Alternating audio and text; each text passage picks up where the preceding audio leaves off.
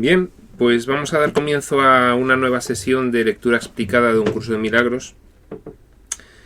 Esta vez va a ser la segunda sesión que hacemos del epígrafe 5, el uso que el ego hace de la culpabilidad, del capítulo 5, curación y plenitud. En la primera sesión habíamos tratado los dos primeros puntos, el 1 y el 2, de la página 92 del texto. Y nada, vamos a comenzar con el punto 3, vamos a continuar con el punto 3 en esta segunda sesión. Y sin más, pues comenzamos a leer. Dice: el ego es la parte de la mente que cree en la división. El ego es la parte de la mente que cree en la división. A partir de un cierto nivel mental, que es el nivel que se disoció de aquel que estaba en comunión con Dios, a partir de ese nivel mental, que se disoció para soñar la independencia con respecto al Creador, a partir de ahí pusimos todas las experiencias subsiguientes de esa línea, de esa rama de nuestra mente que disociamos, en favor de los dictados de esa personalidad resultante de identificarnos con la creencia de que habíamos realmente logrado separarnos de Dios. La creencia en que la habíamos traicionado. La creencia, por tanto, en el pecado. Ese nivel mental disociado olvidó que había otro nivel mental que había diseñado esa disociación. Por lo tanto, para este nivel mental sí era verosímil el que la separación se había producido. Sí creyó que se había separado de verdad. Nunca fue real. Pero el diseño que hizo el nivel superior para que éste lo viviese como real surtió efecto. El ego es la parte de la mente de aquí hacia abajo que cree en la división, que cree que nos separamos de verdad. Ya hemos hablado de luego esa distorsión, ese proceso involutivo que sufrió la mente a partir de creer que se había separado de verdad. Tremendo, terrible. La culpabilidad fue un daño que se causó a nuestra mente extraordinario. A partir de ahí, pues se pudieron vivir experiencias como estas que estamos viviendo en este mundo, ¿no? El ego es la parte de la mente que cree en la división, cree en ella, cree que ha ocurrido, cree que estamos separados. Y por lo tanto, a partir de ahí, por esa culpabilidad y ese miedo que sobrevino consecuentemente a esa creencia en la separación, a partir de ahí diseña creyendo en la división, ya no cree en la unidad. A partir de ahí todo es separación. La pregunta siguiente es una pregunta de lógica. Por eso se formula en forma de pregunta, para que nosotros digamos, claro, ¿cómo iba a poder una parte de Dios, que es lo que somos nosotros, separarse de Él? El nivel disociado cree que se separó de Él. Nunca se separó, pero el nivel disociado lo cree. ¿Cómo iba una parte de Dios? ¿Cómo iba a poder una parte de Dios separarse de Él sin creer que lo está atacando? Vamos a ver, el ataque tiene muchas formas, el ataque tiene muchos grados. El ataque aquí en este mundo que nosotros estamos viviendo y el cual se basa fundamentalmente, es una de las leyes del caos, en que atacando conseguimos algo, aquí todo es ataque. Lo que pasa es que ya no estamos firmemente conscientes de que nos pasamos el día atacando. Pero aquí todo es ataque, ¿de acuerdo? para esa parte de la mente que creyó que se había separado de Dios, inevitablemente sobrevino la idea de que la había atacado. Me he separado de algo que fue lo que me creó y de lo cual dependía completa y absolutamente. He decidido independizarme de ello. He decidido separarme de aquello que me lo ha dado todo. ¿Cómo no iba a sentirse culpable? Esa parte de la mente ya no recuerda que es un sueño. Es la parte de la mente manipulada para creer que es real esa separación. La culpabilidad sobreviene instantáneamente. Siempre que tú te separas de alguien que crees que te ha dado todo y que te lo da todo constantemente, es una levísima forma de ataque que quizás aquí ya no identificamos con claridad. Pero en esos niveles metafísicos muchísimo más sutiles de lo que es nuestra mente en este nivel burdo y bruto, en aquellos niveles, por supuesto que creer que te había separado de Dios era un ataque. Aquí ya estamos viendo, poquito pensamos en Dios nosotros cada día, si no pensamos nada. Para nosotros, la idea de estar separado de Dios, para este fragmento mental, conscientemente, no supone culpa.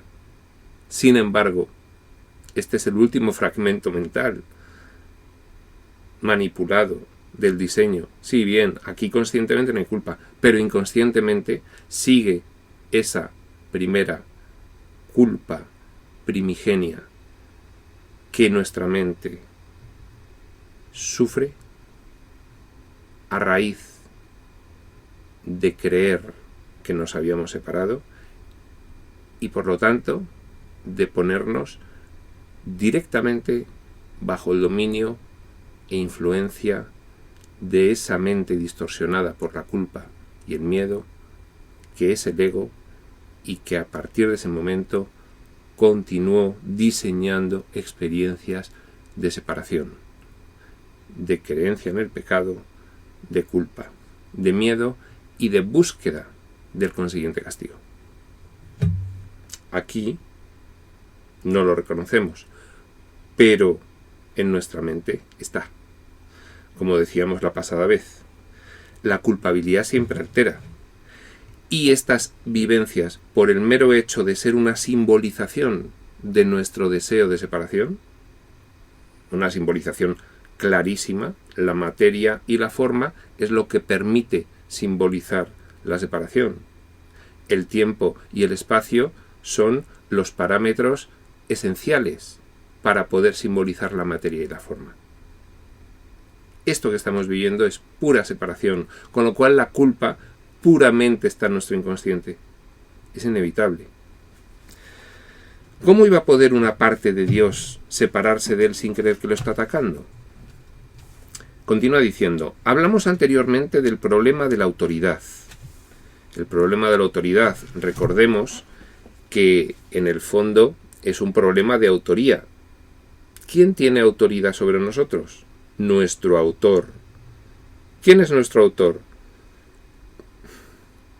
La parte de la mente que se disoció, que creyó en la separación y que fabricó todas estas experiencias con estos falsos personajes, con estos cuerpos, con estas falsas identidades.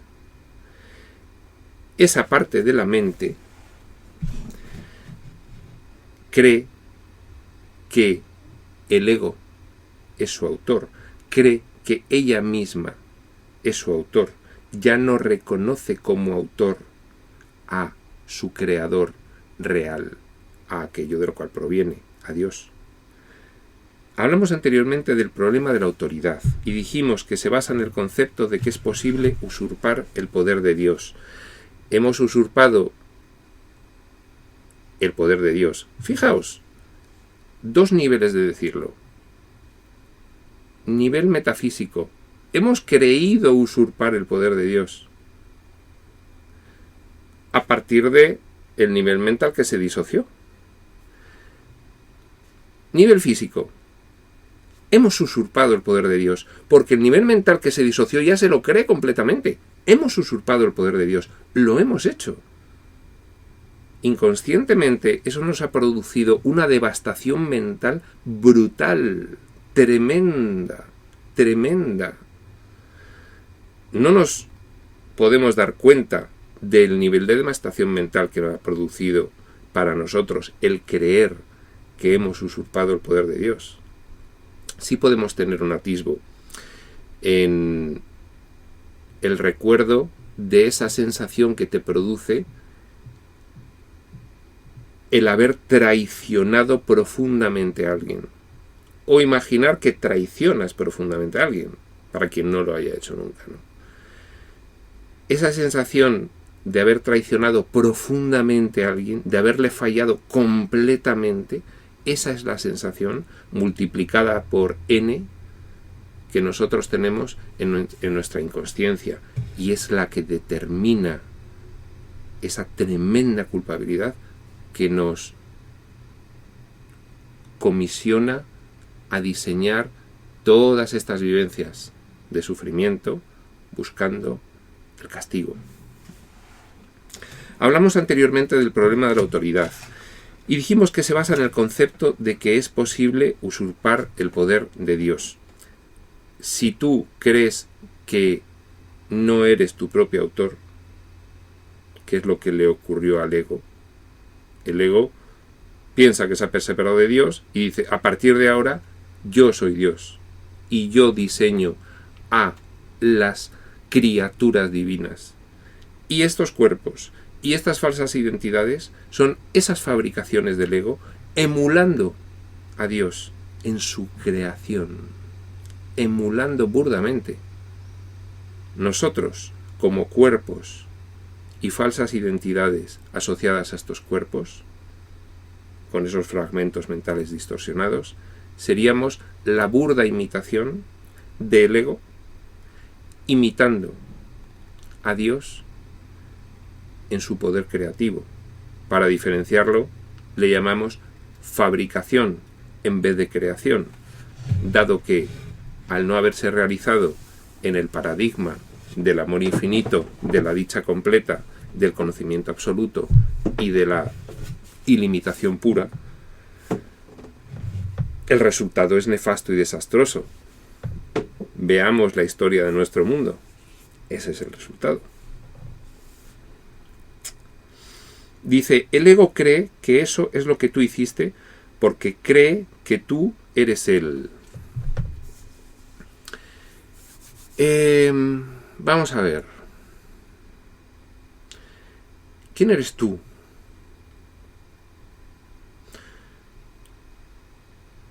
Con respecto al ego. ¿Quién eres tú con respecto al ego? Vamos a diferenciar dos túes. El tú con mayúsculas eres el real, la creación divina. El tú con minúsculas es la parte de la mente disociada que ha decidido identificarse con un sistema de pensamiento oscuro, de creencia en el pecado, la culpa y el miedo, y cuya personalidad resultante es el ego.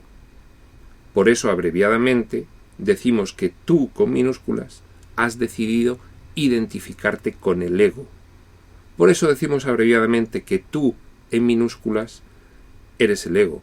Por eso decimos abreviadamente que a partir del nivel mental ya disociado, y de ahí todos los niveles subsiguientes hacia abajo y todos los fragmentos mentales asociados a formas para vivir estas experiencias, están dominados por el ego y abreviadamente podemos decir que son el ego, pero técnicamente no debemos confundir a el tomador de decisiones que decide bien identificarse con el ego, bien identificarse con el espíritu.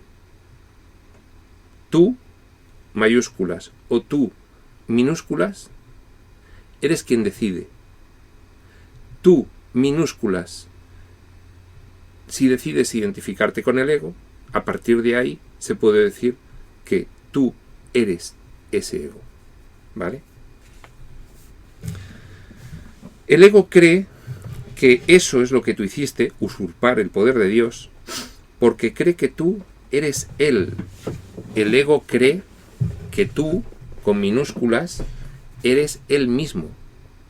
El ego ha asumido completamente al tú que decidió identificarse con la oscuridad. Repetimos, esa parte disociada de la mente que ya cree que se ha separado, por un proceso de distorsión mental, empieza a basarse en un sistema de pensamiento de culpa y miedo. De ahí nace un rol de personalidad sufriente que es el ego, y el ego cree que eres ese tú que te has identificado con la culpa y el miedo, con lo cual ya hay una confusión completa. El ego toma el mando y dice, yo soy esto, yo soy quien decide. Yo no soy un rol mental, yo soy esa mente. Yo no soy el rol mental de una identidad, yo soy esa identidad. El ego cree que tú eres él. Si te identificas con el ego, que es lo que estamos ahora mismo haciendo, no podrás sino percibirte a ti mismo como culpable. Claro. Eso fue lo buscado. A partir de el nivel mental disociado que creyó que se había separado y lo había conseguido. Podemos identificarnos con ese rol mental disociado o podemos trascenderlo e ir más allá al nivel mental que simplemente de forma inocente decidió fantasear por curiosidad con la idea de la independencia con respecto al Creador, aquella diminuta idea que se hizo famosa y de la cual el siguiente nivel mental disociado, que se la creyó completamente, ya no se reía, ya se olvidó de reír. Aquí sí se reía, jajaja, vamos a practicar, vamos a imaginarnos que ocurre esto, jajaja, qué divertido. Se disocia una mente para vivirlo y esta ya no se ríe, porque esta ya se lo cree, esta ya de abajo se siente culpable, ¿vale? Si te identificas con el ego, con la que se lo cree, no podrás sino percibirte a ti mismo como culpable, evidentemente, porque te crees que ya te has separado de Dios, te lo crees y entonces te sientes un traidor completo. No hay más. Trascendamos, al menos ahora mismo, comprendiéndolo. Conceptualmente, trascendamos ese rol egoico. Trascendamos ese rol sufriente. Trascendamos ese rol que se basa en la culpa, en el miedo, en el ataque, en la escasez, con una voz ronca y sorda que está desde atrás. Trascendámoslo. Vayamos a nuestra inocencia. Vayamos a lo que somos en realidad. Este es un curso entero destinado precisamente a conseguir las condiciones necesarias para trascender a ese rol y hallar la paz, que es el objetivo. Si te identificas con el ego, no podrás sino percibirte a ti mismo como culpable. Siempre que le hagas caso al ego, experimentarás culpabilidad y temerás ser castigado. Siempre que le hagas caso al ego, siempre experimentarás culpabilidad. La culpabilidad siempre altera, recordemos, y temerás ser castigado. Siempre que te identifiques con el ego, te sentirás culpable y temerás ser castigado. Siempre. Por eso realizamos estos diseños con cuerpos vulnerables que hay que alimentar, que hay que vestir, que hay que proteger, que hay que cuidar, porque se enferman, porque se van descomponiendo, porque son susceptibles de ser destruidos, porque envejecen y porque al final mueren. Por eso diseñamos estas experiencias, porque nos sentimos culpables y el culpable busca castigo. Así es. Dice, el ego es literalmente un pensamiento atemorizante. Literalmente. ¿Por qué? ¿Por qué? ¿Por qué? Nivel inocente de la curiosidad. ¿Qué será esto de sentirse independiente de tu Padre amado Creador? Nivel disociado para vivirlo. ¡Lo he conseguido! ¡Horror! ¡No! ¡Me he separado! El ego literalmente es un pensamiento atemorizante desde su concepción. El ego literalmente es el temor resultante de haber creído que habías conseguido separarte. A partir de ahí, todo es miedo, culpa, temor. A partir de ahí todo es una involución mental tremenda. Tremenda. Aquí este mundo nos parece cuerdo, pero echémosle, como ya decimos habitualmente, un vistazo, un pequeño vistazo a la historia de este mundo. Una completa y absoluta locura dominada por el ataque, por el sufrimiento, por el miedo. El ego es literalmente un pensamiento atemorizante. Por muy ridícula, continúa diciendo, que sea para una mente sana la idea de atacar a Dios, nunca olvides que el ego es de mente.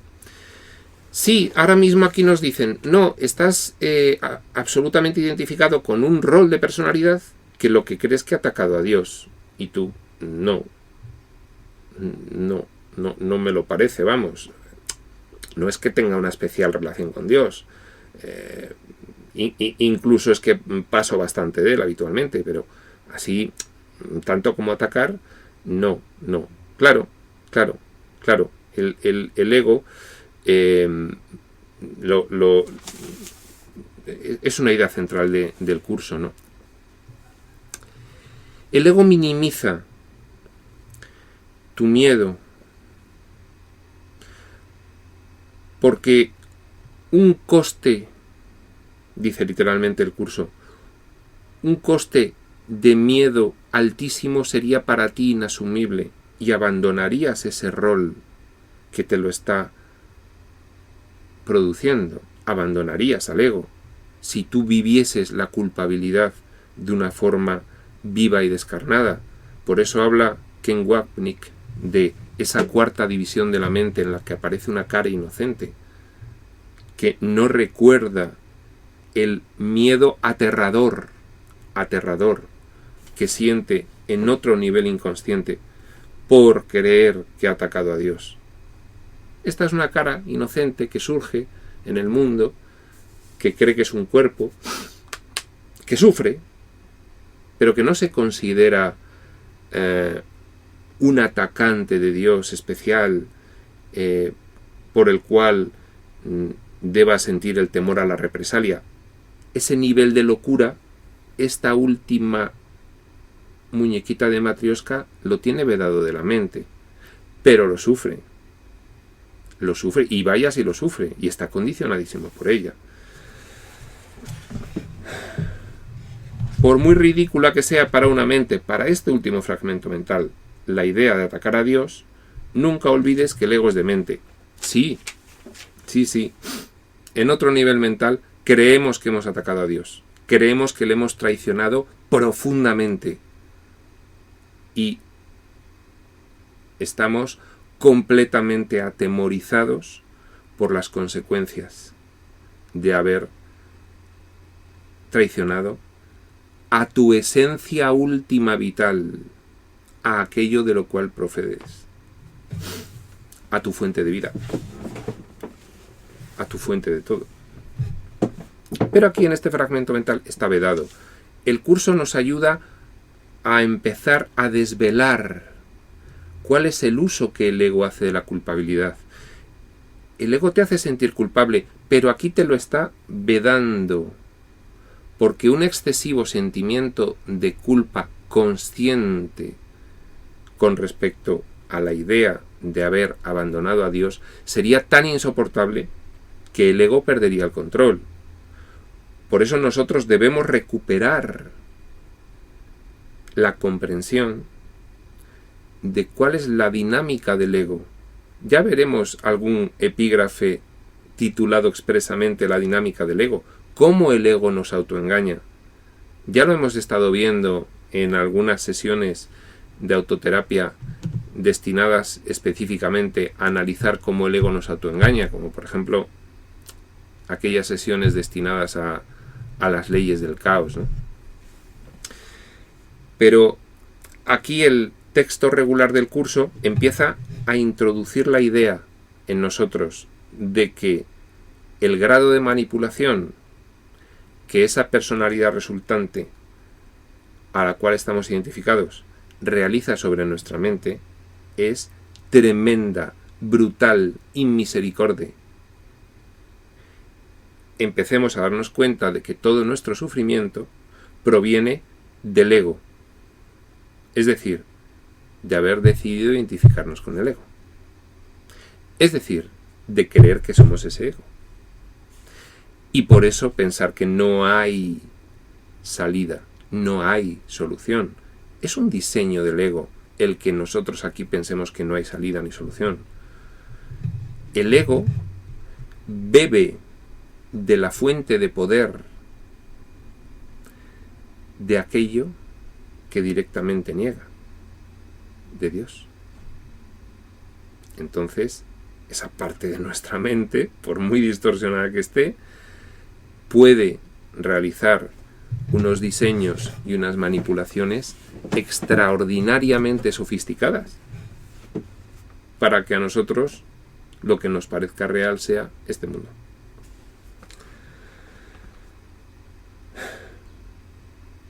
Por muy ridícula que sea para una mente sana la idea de atacar a Dios, nunca olvides que el ego es demente. Representa un sistema de conceptos ilusorios y habla en su nombre.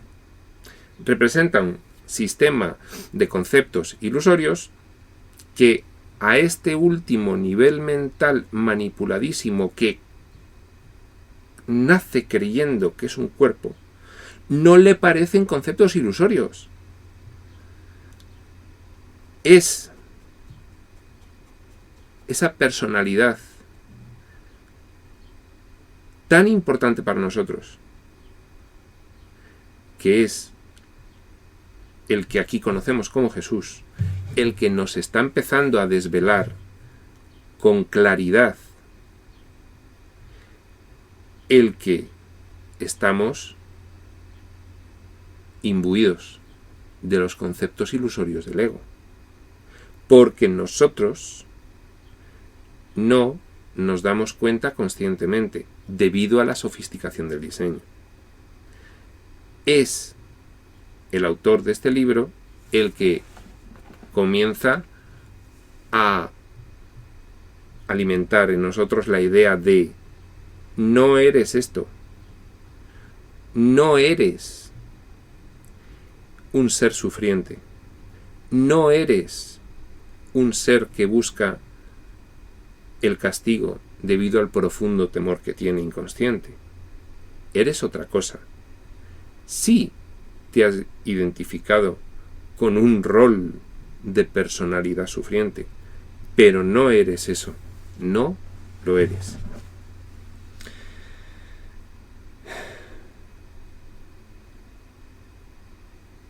El ego representa un sistema de conceptos ilusorios y habla en su nombre.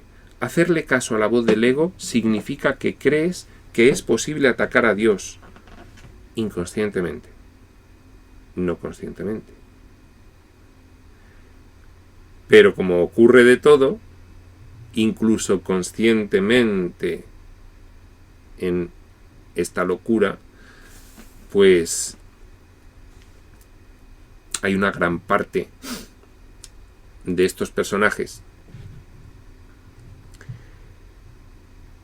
que en algún momento de su vida reniegan de la idea de Dios que tienen, que es un mito.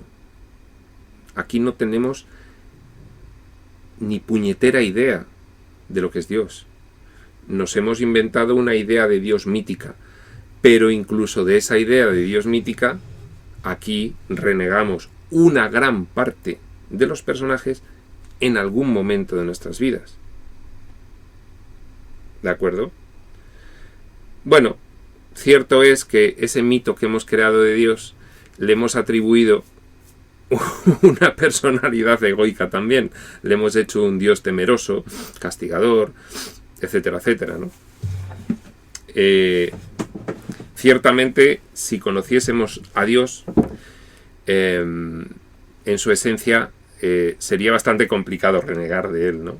Pero bueno, estamos en una absoluta locura. Dentro de esa locura hemos creado un mito de lo que es Dios y hemos renegado de Él. Dice, hacerle caso a la voz del ego significa que crees que es posible atacar a Dios y que has arrancado una parte de Él y te has apoderado de ella. Has usurpado algo que no te pertenece. Eso significa estar bajo la influencia de ese rol de personalidad sufriente que es el ego. Significa que crees que has usurpado algo que no te pertenece, traicionando a aquello del cual provienes, traicionando a tu padre. De ahí procede el miedo a las represalias externas. De ahí, vamos a ver, repitamos esta forma de explicar el por qué somos una mente temerosa. A ver, tenemos un temor inconsciente completamente arraigado.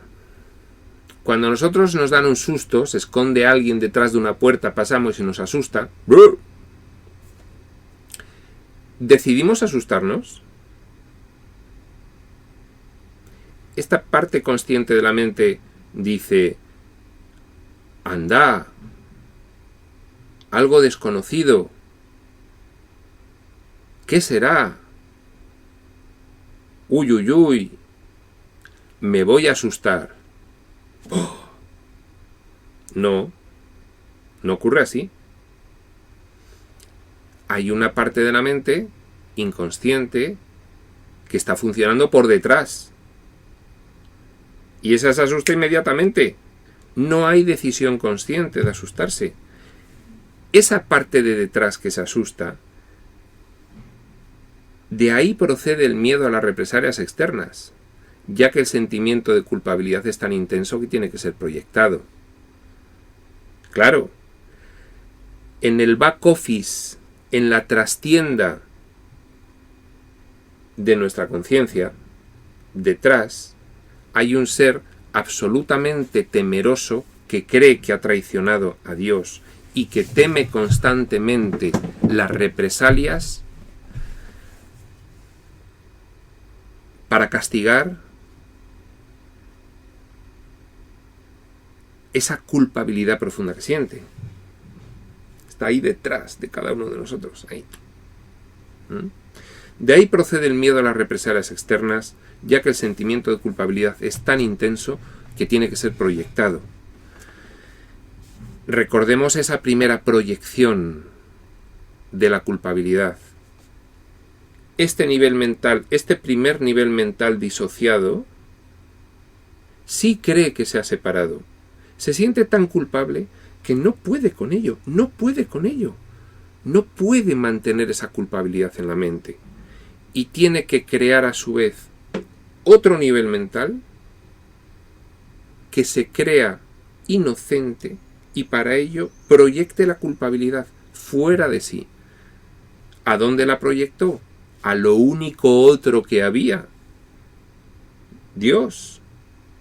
A partir de ahí empezamos a manejar la idea de un Dios culpable, porque proyectamos nuestra propia culpa sobre Él, porque no soportamos la idea de que fuimos nosotros los traidores. Este nivel mental que se creyó que se separó, no soporta la idea de que es un traidor y crea otro nivel mental que ha proyectado la culpa a su vez ¿sobre quién? Sobre la única otra cosa que hay allí, Dios. Y entonces empezamos a ver a un Dios culpable, malo, por lo tanto, represaliador. Proyectar la culpa no nos hace dejar de sentirla. Este siguiente nivel mental que proyecta la culpa sigue sintiéndose culpable inconscientemente. Se ha liberado de ella conscientemente proyectándola fuera, pero sigue sintiéndose culpable. Resultado, me sigo sintiendo culpable inconscientemente, conscientemente he proyectado la culpa sobre Dios y ahora lo que pienso es que Él me va a castigar. Y entonces, ¿qué quiero hacer a partir de ahí? Huir, enrabietado. Así, mi creador va contra mí, pues huyo, y ahora lo que voy a hacer es lo contrario a lo que Él es. Todo lo contrario a lo que es lo que voy a buscar. Y voy a fabricar mis propias creaciones, igual que Él. Y le voy a retar. Voy a ser independiente de Él. Una completa esquizofrenia. Una completa locura. El resultado de esa completa locura son fragmentos mentales que viven diseños de separación para obtener sufrimiento. Dice el punto 4. Todo lo que aceptas en tu mente se vuelve real para ti. Es tu aceptación lo que le confiere realidad. Esta frase es importantísima, importantísima. Todo lo que aceptas en tu mente se vuelve real para ti. He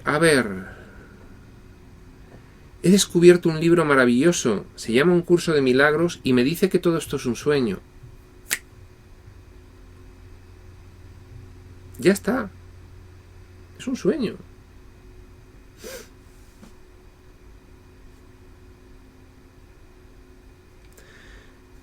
Todo lo que aceptas en tu mente se vuelve real para ti. Tú ahora crees que eres un cuerpo y crees que vives en este mundo físico. Crees completamente en este escenario, en este drama y en el personaje que tú crees que eres. Completamente.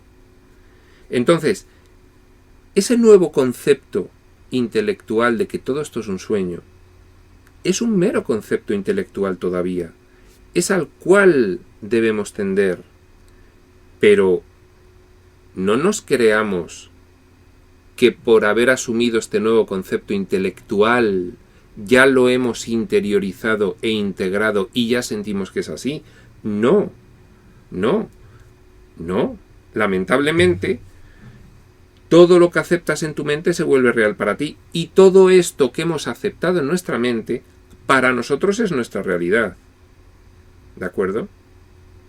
Porque si no fuese así, pues muchos realmente habrían abierto la ventana y habrían salido por ella y habrían dicho salgo de aquí en este instante. No lo hacen. ¿Por qué? Porque se creen que son cuerpos y ahí viene el golpe abajo. O sea, realmente tenemos que ser muy conscientes de que nosotros ahora mismo lo que tenemos interiorizado, lo que hemos aceptado en nuestra mente, es real para nosotros. Jesús nos dice es un sueño. Esa es la idea a la que tienes que tender. Comienza a trabajar para interiorizarla profundamente. Tienes que generalizar toda una serie de conceptos que yo te doy para interiorizar esa idea profundamente. Es la verdad, pero tú no te la crees todavía. No actúes con ese concepto intelectual como si ya lo tuvieses completamente asumido. porque es un error y es un bloqueo a tu evolución. Tienes que afrontar tus creencias actuales, darte cuenta de cuáles son y trabajar directamente sobre ellas, socavar los cimientos de ese sistema de pensamiento egoico, trabajando sobre ellos, con esfuerzo, con motivación, con voluntad, día a día, caso a caso, generalizadamente, no mágicamente. Todo lo que aceptas en tu mente se vuelve real para ti. Es tu aceptación lo que le confiere realidad. Tu aceptación, lo has aceptado. El permitirle la entrada al ego en tu mente y entronarlo allí, a partir de este primer nivel mental disociado que creyó que la separación fue real, lo creyó porque éste lo manipuló para que éste lo creyese, si no, ¿cómo iba a tener esa experiencia de forma verosímil? Claro, sí tiene su lógica, sí, pero a partir de aquí fue tremendo, fue tremendo. Fueron tremendas las consecuencias de haber diseñado eso. La creencia en que traicionaste a Dios, la culpa subsiguiente, el no soportarla, el proyectarla, el miedo a la represalia, fue tremendo. La rabia, es Dios quien me ha expulsado, pues ahora ya verás. Fue tremendo, fue para nosotros tremendo, devastador. Permitimos la entrada al ego en nuestra mente y lo entronamos allí. A partir de ese nivel mental disociado para abajo, hay una parte de nuestra mente que no, pero hay una que es la rama seca del árbol,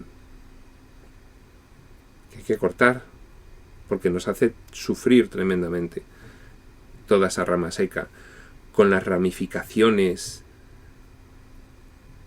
en forma de racimo, una gran rama de todas esas ramas de ese tronco, hay una gran rama que se divide luego en muchas y que al final es múltiples ramitas finales, estos fragmentos, que aceptó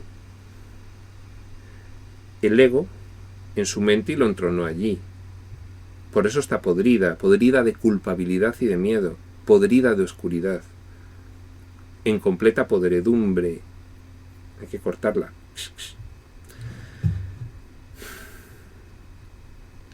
Eso se debe a que la mente es capaz de crear realidad o de fabricar ilusiones. El mecanismo es el mismo.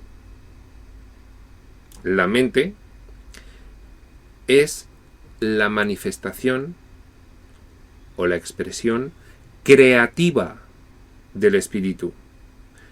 Siempre crea. No puede parar de hacerlo. Es su naturaleza. Pero si lo hace en el paradigma divino, crea, se extiende, igual que lo hace Dios.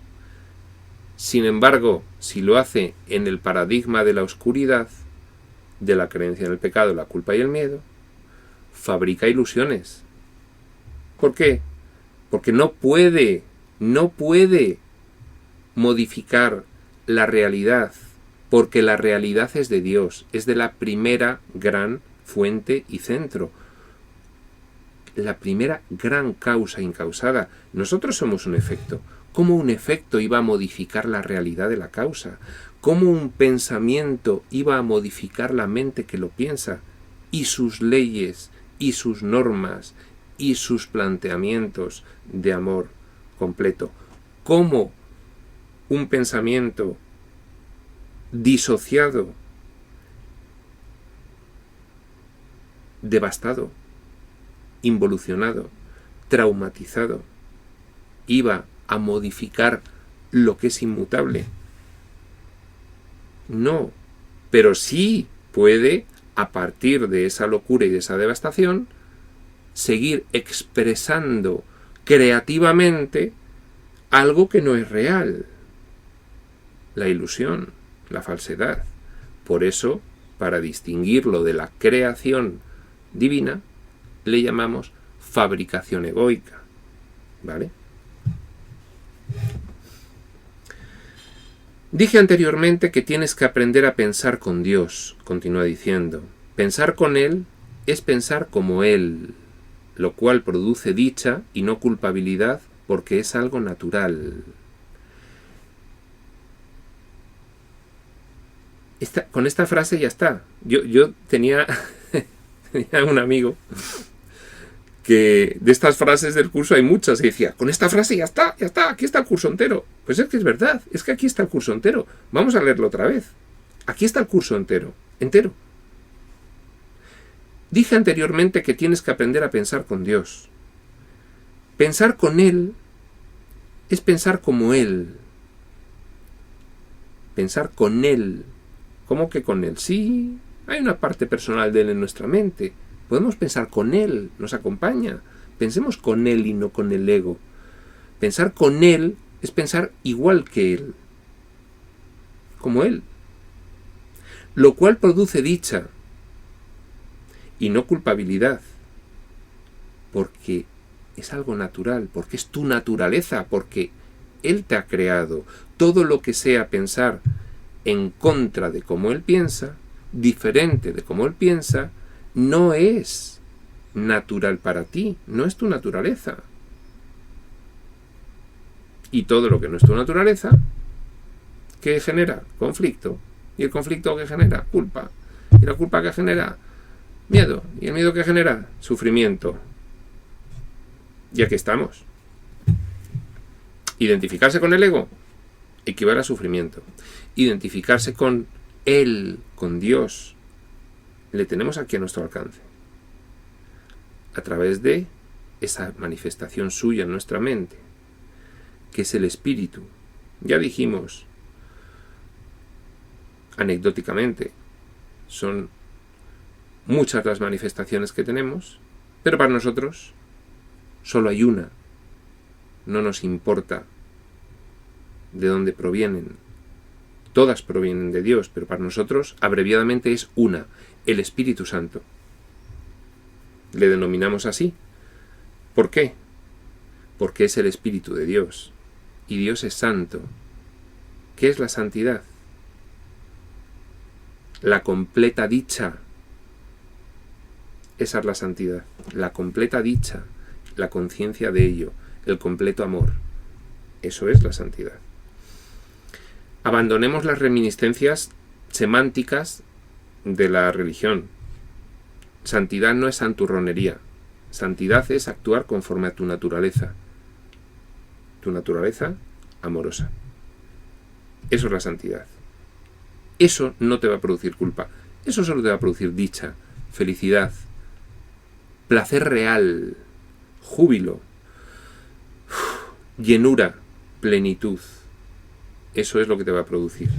Pensar con Él, que es pensar como Él. La culpabilidad, sigue diciendo, es un signo inequívoco de que tu pensamiento no es natural.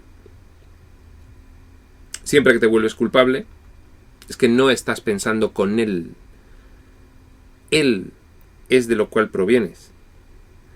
Si tú te sientes bien, dichoso, jubiloso, con eso me refiero a sentirse bien, dichoso, jubiloso.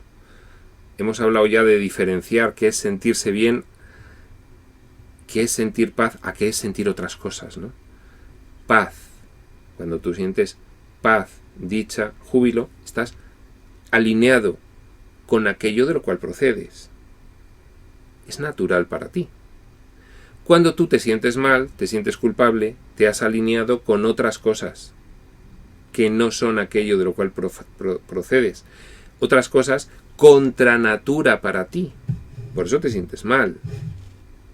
Por eso hay que estar constantemente preguntándose, ¿cómo me siento? ¿Cómo me siento? ¿Me siento bien? ¿Me siento mal? Pues no me siento muy bien. ¿Y por qué? Pues porque he pensado que esta persona tiene algo contra mí, no sé qué, porque claro, vas indagando. ¿Por qué te sientes mal? ¿Por qué te sientes mal? Y entonces llegas al final. Me siento mal por esto, por esto y por esto. Te darás cuenta de que te sientes mal porque al final hay un sistema de creencias, aunque sea sobre una cosa muy concreta, que no es el divino, no es el del amor.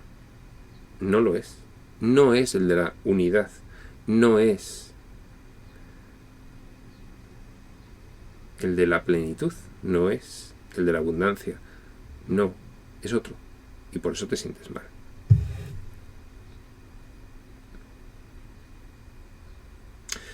El pensamiento que no es natural va siempre acompañado de culpabilidad, porque es la creencia en el pecado. Aquí enlazamos con que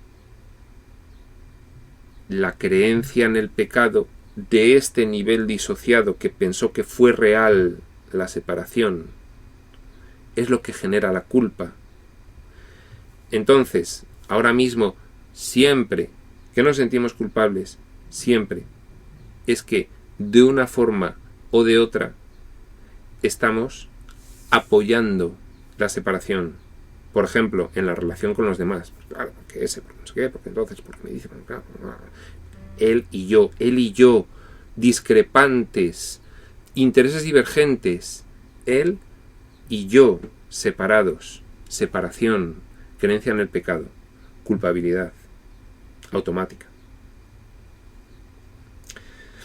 El ego no percibe el pecado como una falta de amor, sino como un decidido acto de agresión. El ego no percibe el pecado como una falta de amor. Pecado. Creencia en la separación.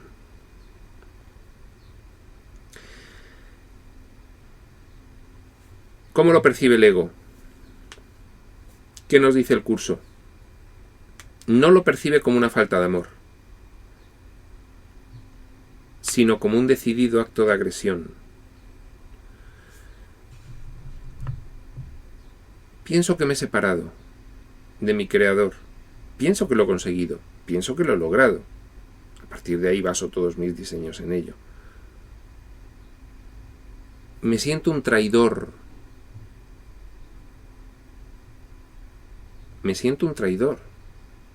Me siento culpable. Siento que he agredido, he atacado a Dios. Proyecto la culpa sobre Él porque no la soporto. Y a partir de ahí pienso que Él me va a agredir a mí. Surge el ataque. El ego no percibe la separación como una falta de amor. Lo percibe como un acto de ataque. Por eso la historia de la humanidad es como es. Porque la historia de la humanidad es la historia de la simbolización dramatizada de la separación. Por eso aquí hay ataque. ¿De acuerdo? Un decidido acto de agresión.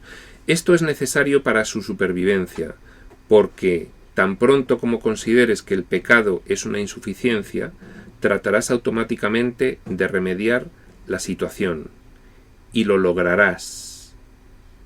Para el ego eso es la perdición, pero tú tienes que aprender a verlo como tu emancipación. A ver,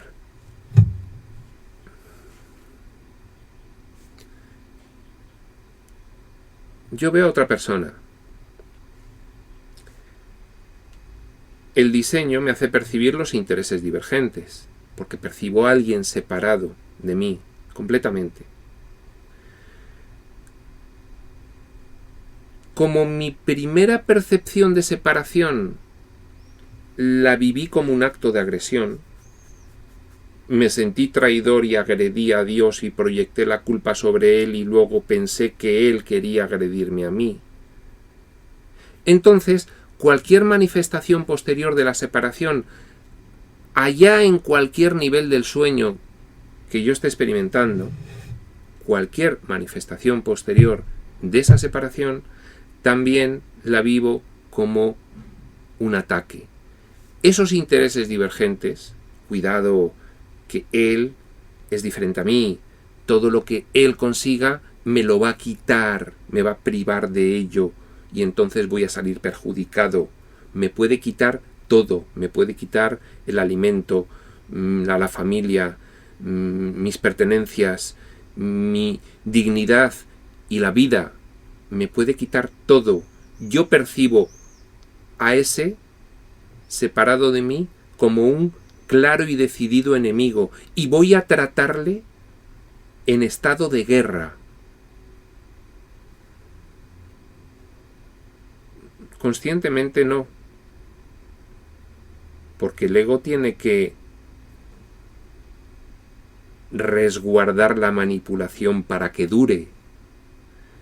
Inconscientemente sí, inconscientemente nosotros estamos en estado de guerra continuo, aquí, porque percibimos todo lo que está separado de nosotros como un enemigo, en cuya relación va a haber actos de agresión. Inconscientemente es así. ¿Qué dice el curso que podría ocurrir para esquivarlo, para evitarlo? Simplemente que comprendiésemos que es una falta de amor. Si comprendiésemos que lo que estamos percibiendo como separado es una falta de amor por nosotros, podríamos rápidamente solucionar la ecuación de otra forma, completamente ausente del estado de guerra y de agresión. Sería aplicar otra visión a eso que está separado y se solucionaría inmediatamente, porque restauraríamos la visión natural de lo que somos en realidad. Unión, trascendiendo el diseño del ego. El ego no percibe el pecado como una falta de amor, sino como un decidido acto de agresión. Esto, percibir como un acto de agresión, como un estado de guerra con los que están separados de ti, percibirlo así para el ego, es necesario para su supervivencia. Porque desde el primer momento en el que tú considerases que esa separación es simplemente una falta de amor que se soluciona aplicándolo, tratarás, lógicamente y de forma automática, de remediar esa situación. Desde el momento en el que tuvieses que tu enemigo de siempre, con el cual tienes un estado de guerra, completamente ajeno a ti, con sus intereses divergentes, desde el momento en el que empezases a atisbar la idea de que no estáis separados y de que en realidad sois uno y de que en realidad no tenéis intereses divergentes y de que esto lo único que es una dramatización para vivir el deseo de separación. En el momento en el que esa idea accediese a tu mente, el ego se pondría en evidencia y tú dirías: uy, un momento, ¿cómo? ¿Hay alternativas a ver el mundo como una guerra? ¿Y dejar de sufrir? ¿Y yo me las estoy perdiendo? Calla, calla, espera, vamos a replantearnos todo esto. Vamos a acercarnos a esa idea. A ver, ¿qué idea es esa? O sea, que yo sufro porque estoy identificado con un rol de personalidad que me tiene manipulado. Espera. Cuéntame algo más. Ah, que entonces esto que estamos viviendo, que parece real, no lo es. Primer concepto de anclaje metafísico que ya te abre un atisbo de luz en tu mente. Anda. Entonces, puedo tender hacia allá. Voy a probar. Empiezas a probar. ¡Qué cambio! ¡Qué maravilla! ¡Qué bien me siento! ¡Qué bien me siento al aplicar la nueva visión! La visión espiritual. Y no la física. La visión espiritual, que implica reconocer lo que trasciende a ese que le veo como separado de mí. ¡Qué cambio! Y ya, Ahí está. El ego no puede permitir esto. El ego, en cuanto detecta que tú estás saliéndote de su tiesto, en cuanto percibe que te estás escamoteando de su jaula, va a oponer todos los medios a su alcance para impedirlo y mantenerte aprisionado, porque él cree que eres tú y él cree que se extinguiría si deja de mantenerte engañado, porque tú crees que eres él. En el momento en el que tú digas, no, yo no soy el sufriente, no soy otro, soy otro. Al sufriente que le vayan dando pase porque ya no le quiero volver a ver. Pues ese rol de personalidad desaparecería. Todo esto tiene su complejidad porque todo esto está en nuestra propia mente, ¿no? Somos nosotros mismos, es como una esquizofrenia tremenda, tremenda. Pero las esquizofrenias se curan ayudando al enfermo a comprender que son esquizofrenias y que debe dejar de hacer caso al otro que le lleva por el mal camino. Y ese es el hilillo del cual tiene que empezar a tirar para poder abandonar esa idea esquizofrénica. Bien.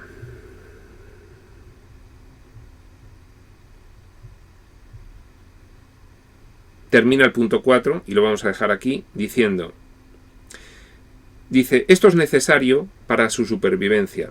El ego no puede permitir que creas que los intereses divergentes se solucionan con amor. El ego tiene que conseguir que sigas pensando que se solucionan con ataque.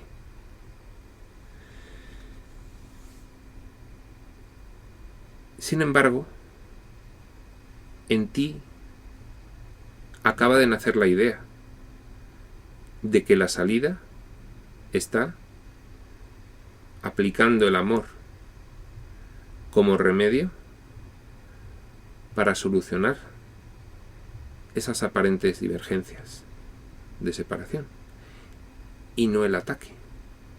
Dice, y lo lograrás. Para el ego eso es la perdición, pero tú tienes que aprender a verlo, esa idea incipiente a la cual empezaremos a atender como tu emancipación. Prospector UCDM.